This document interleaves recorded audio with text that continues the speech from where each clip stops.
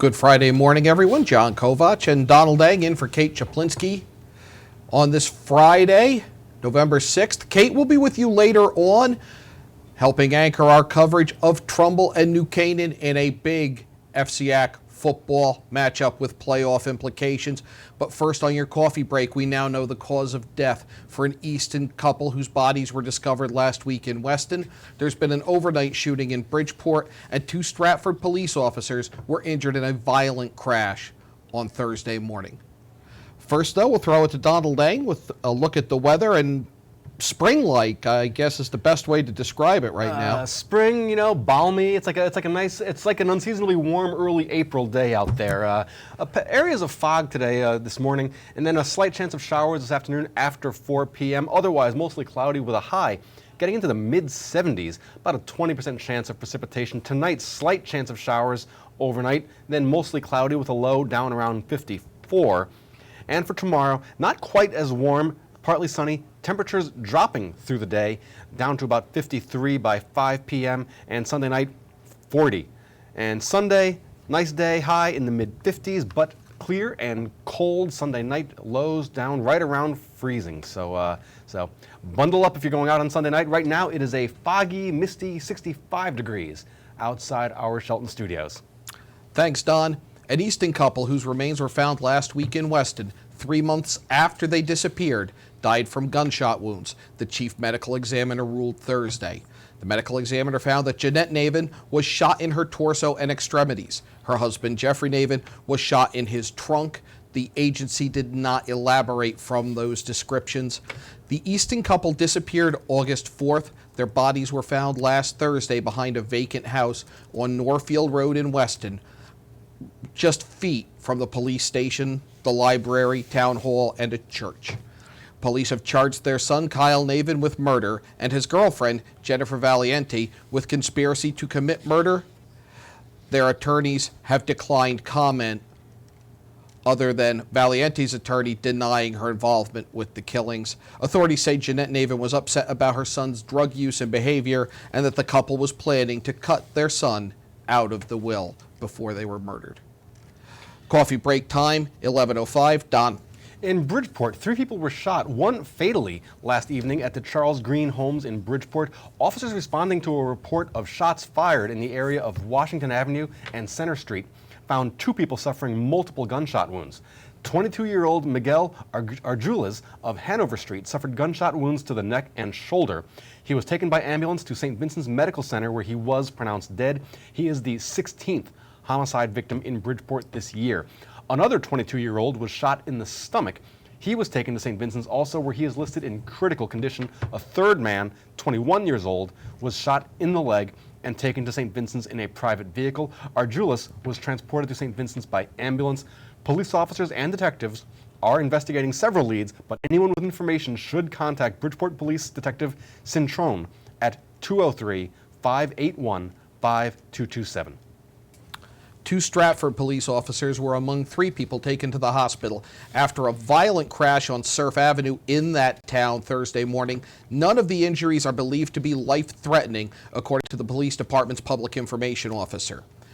Officers responded to the area of Boston Avenue and St. Michael's Avenue to investigate a complaint of a vehicle being operated in an erratic manner. Dispatch received a complaint of a gray car striking a parked vehicle, then possibly a telephone pole, before leaving the scene. Police responding saw that vehicle being driven erratically and attempted to stop it. That's when the operator attempted to drive away, but he had a blown tire on the right front of his car. The car that was being sought then swerved into the oncoming lane on Surf Avenue into oncoming traffic. A vehicle attempting to avoid the out-of-control car ended up crashing into a Stratford police vehicle, causing heavy damage to that police SUV. I was at the scene and took these pictures. There was debris completely across the street and just really heavy damage to the Stratford police SUV. The dump truck that hit the police SUV overturned. It was totally closed for some 6 hours.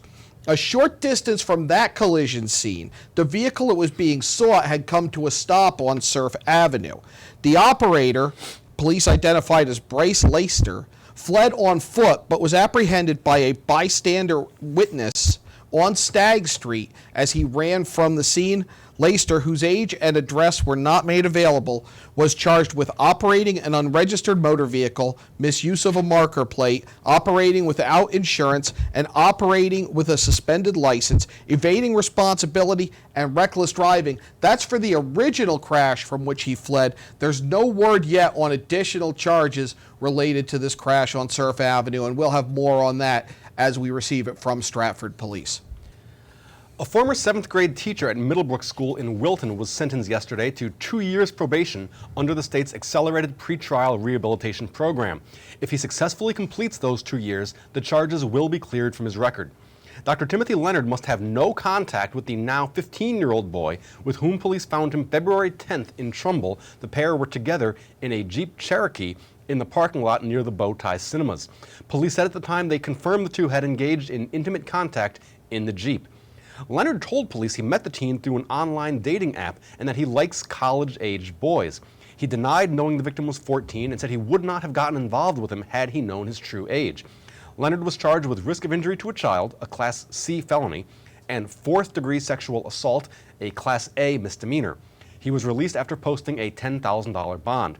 Leonard, who also taught as an adjunct professor at Sacred Heart University, was a teacher at Middlebrook School from 1996 to 2006, and then from 2010 until his resignation on June 30th of this year. At the hearing, a representative from the state attorney's office said she saw pictures the victim had posted to an online dating website through which he and Leonard met, and the victim had purposely posted photos making him look older. Though the victim did appear older on the website, she said, he looked about 15 years old when he visited the state attorney's office and said he felt bad about what he had done to Mr. Leonard. That's a quote from the boy. Westcott said his client is taking this matter as entirely seriously as everyone is hoping he would. Leonard is due back in court November 2nd of 2017. 2 Shelton residents face charges after police say they were caught breaking into a vehicle Wednesday night.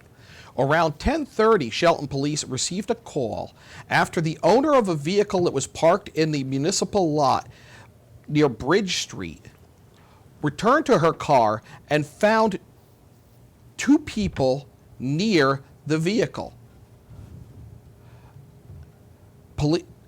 Inside was 45-year-old Kyrie Franco. Acting as a lookout, police said, was 49-year-old Robert DeRosa. They're both of Shelton.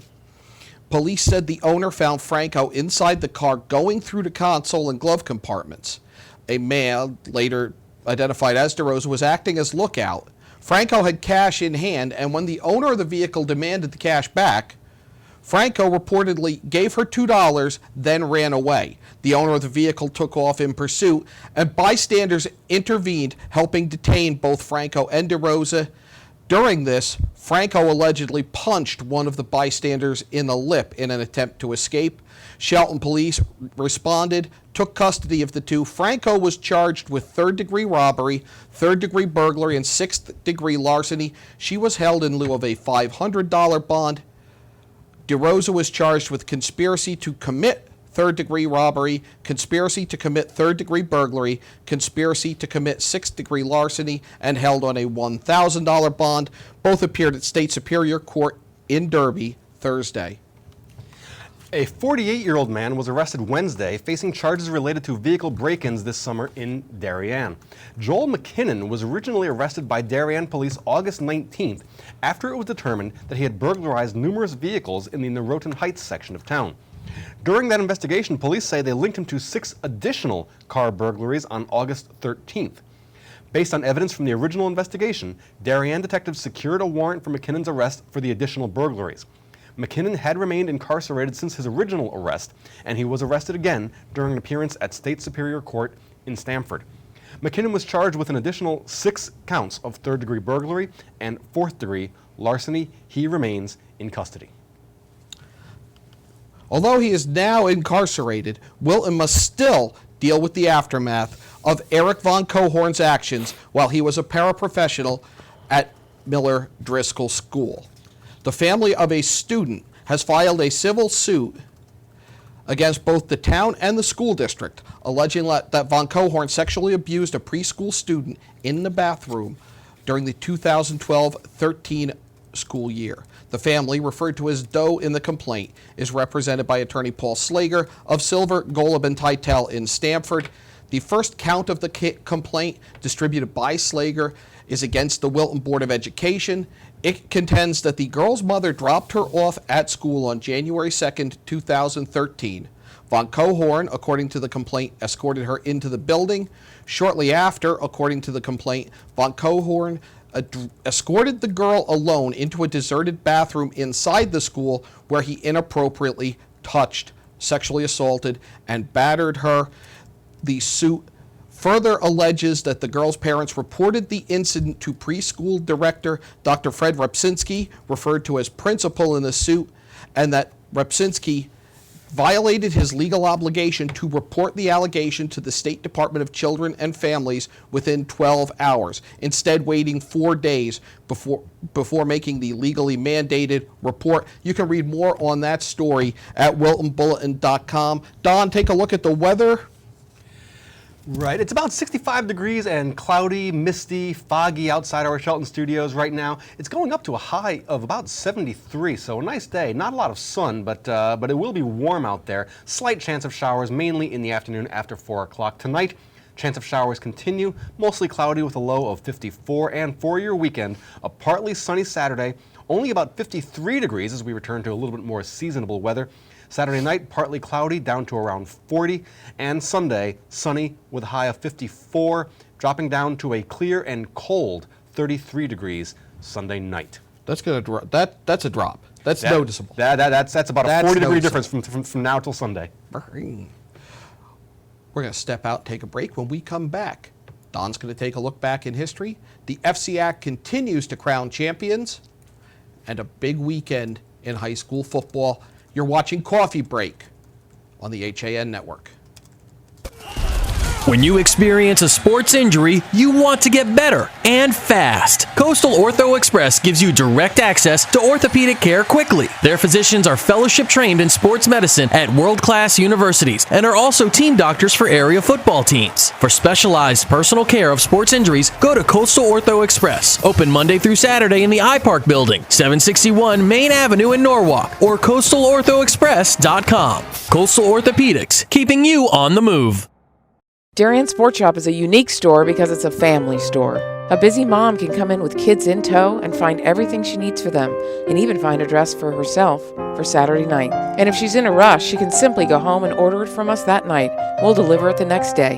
The Darien Sport Shop. We're pretty on the outside and amazing on the inside. Conveniently located with free and easy parking at 1127 Post Road, Darien, Connecticut. Or shop us online at dariensport.com. Football University, the nation's leading football training experience, is now accepting applications for its 2015 camps. Our elite faculty of NFL coaches and top professionals teach position-specific on the field and in the classroom to improve your football IQ and help you reach your full potential as a player. Apply today at footballuniversity.org. Football University, where technique plus talent beats talent alone. The fall bite is heating up. Albies, bonita, blackfish, alligator blues, and stripers are following the large schools of bait in the Long Island Sound. This is the time to visit the New England coast, and the Dock Shop can get you outfitted with the latest fishing gear, jackets, hats, gloves, and fleece. Boater, beach bum, fishermen simply love the New England coast. This is a unique place to shop. The Dock Shop, now in 2 locations, 51 Tokenique Road, Darien, 609 Riverside Avenue, Westport, or on the web, dockshop.com. Right. Are you easy to scare? HAN Network's Fast Frights movie contest is here. Can your film make the cut? Submit your 3-minute scary movie today for a chance to win a DJI Phantom 3 drone. Sponsored by Milford Photo. The only thing to fear is missing the deadline.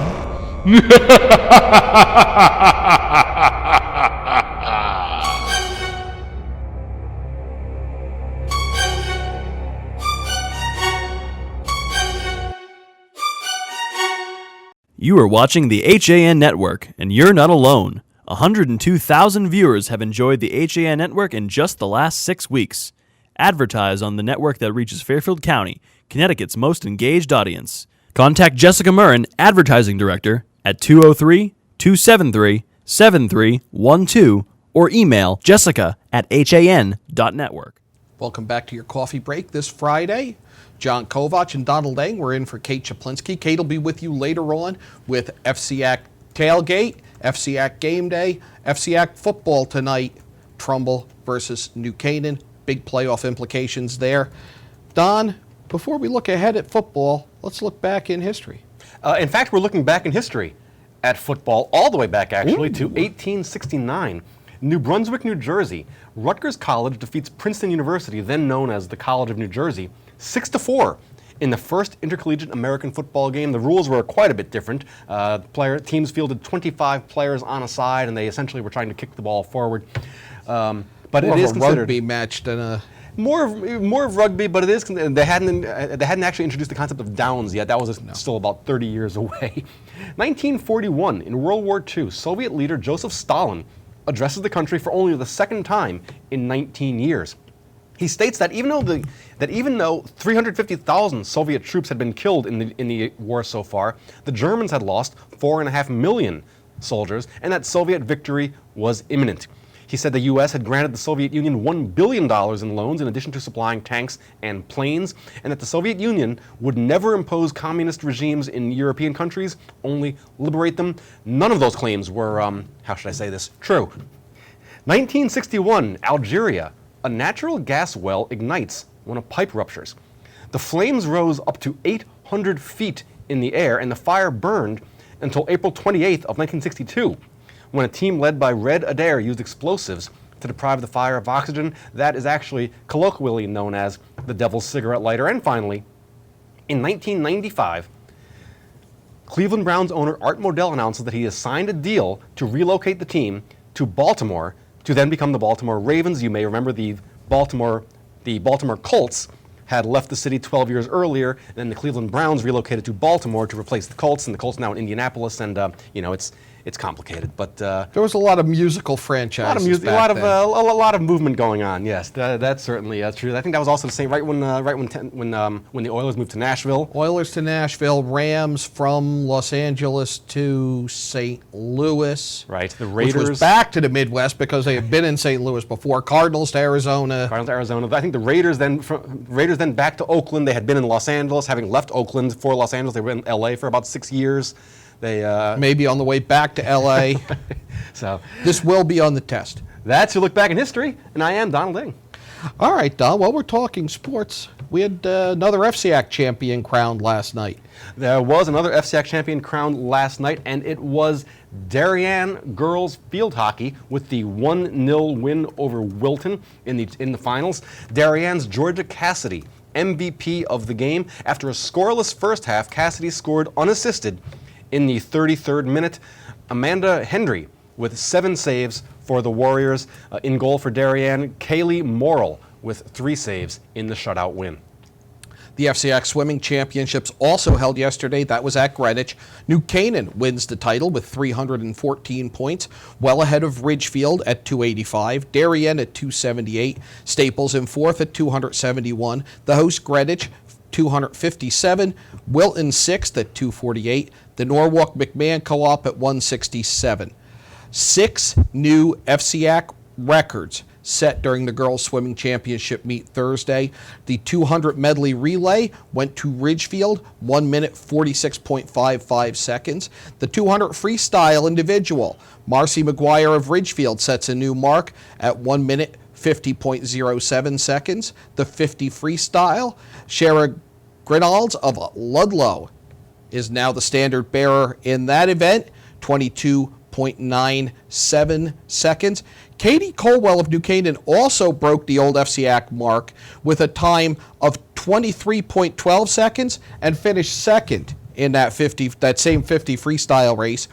In the 200 freestyle relay, New Canaan sets a new record at 1 minute 36.94 seconds.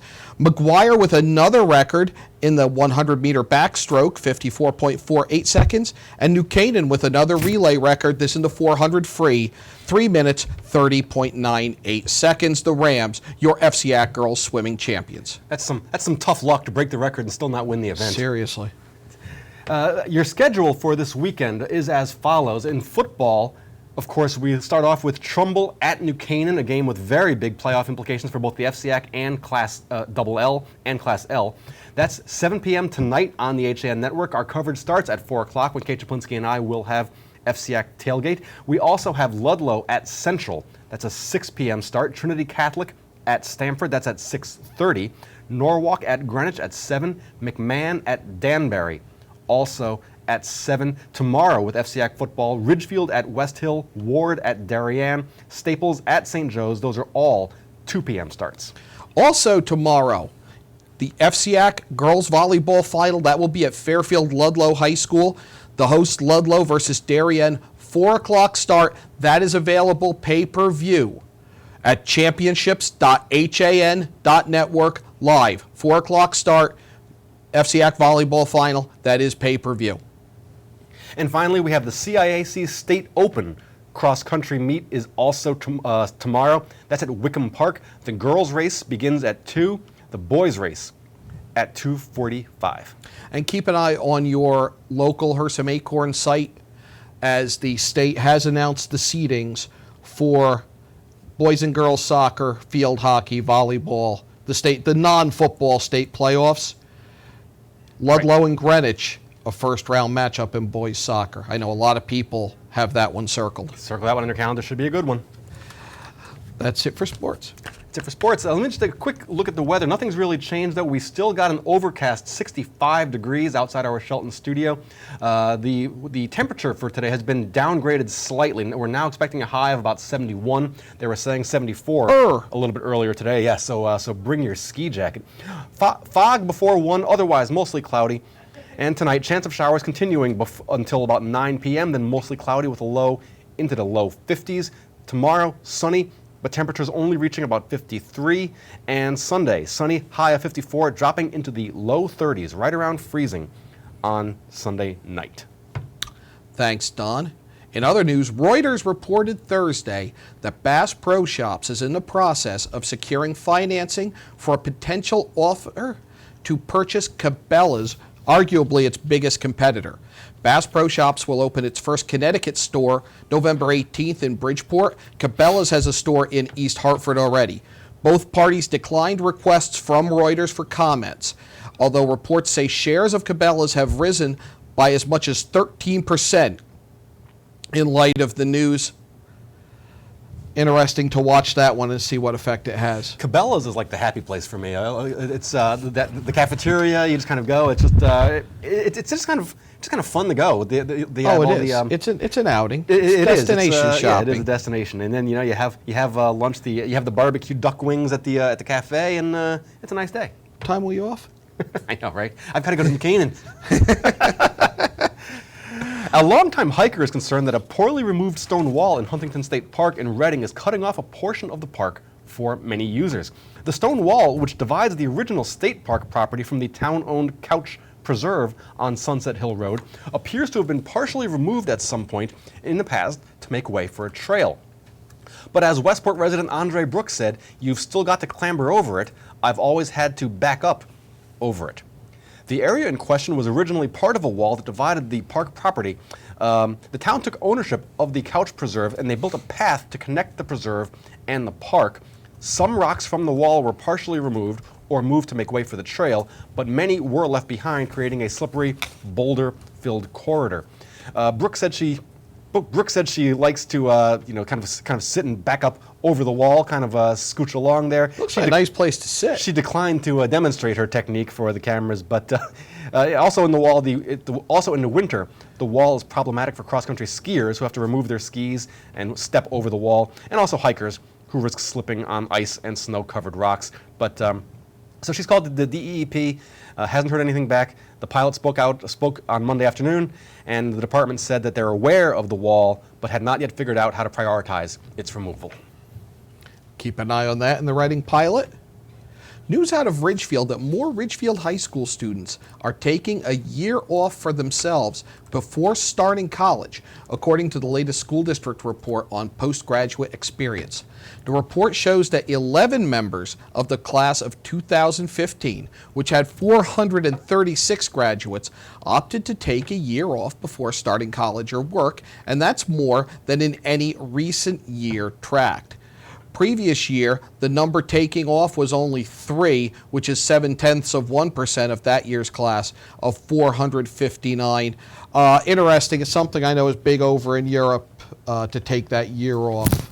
Right. I think you might see more kids do that. Or especially in in towns like in Fairfield County, where the kids like to just kind of want to kick back, have when I was, of course, when I was in high school, it was called the senior summer, where you didn't really do anything. You just kind of hung out with your friends, but.